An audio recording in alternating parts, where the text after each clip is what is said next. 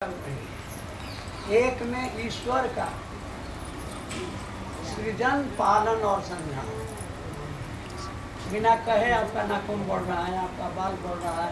आप 3 फुट के हुए थे पैदा, अब बढ़ करके 100 फुट के हो गए। आप उसके लिए कोई कोशिश किए नहीं? कभी ठंडी, कभी गर्मी, कभी जाड़ा, सूरज निकलता है, डूबता है, नदी बह रही है तो बह रही है। कौन कर रहा है?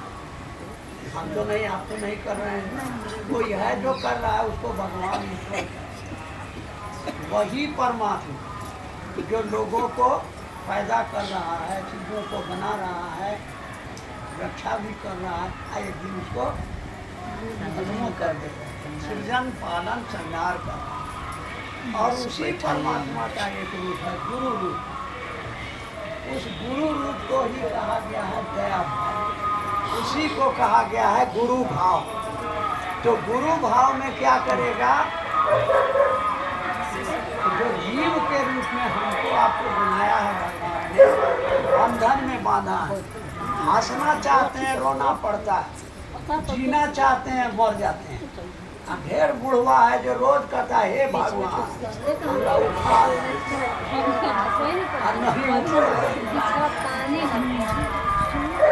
यानी जिंदगी पर, मौत पर हमारा आपका अधिकार नहीं है। हंसना चाहते हैं, रोना पड़ता है। आँख के सामने बेटा मर जाता है, पति मर जाता है, पोता पोती मर जाता है। अब बुढ़वा कहता है कि हे भगवान हमरा उठा लो। उसको भगवान उठा देते। तो ये मजबूरी है।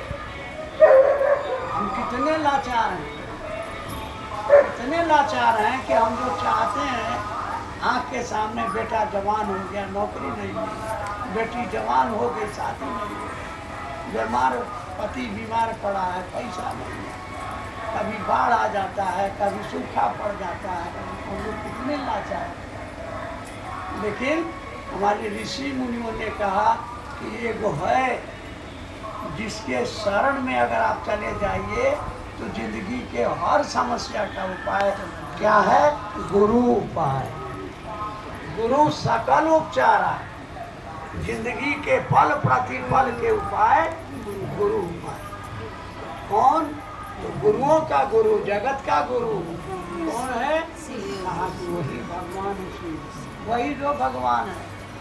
साहब ने अभी बताया ना कि उन्होंने भगवान को गुरु समझ करके अपना गुरु बना। अब प्रतिज्ञा क्या किया कि सीखेंगे तो तुम भी।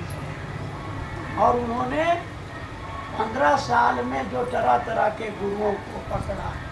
दिन में योग साधना करते थे, रात में श्मशान साधना करते थे। बोले कि अब आपको गुरु बना दिए, अब हम कुछ नहीं करते।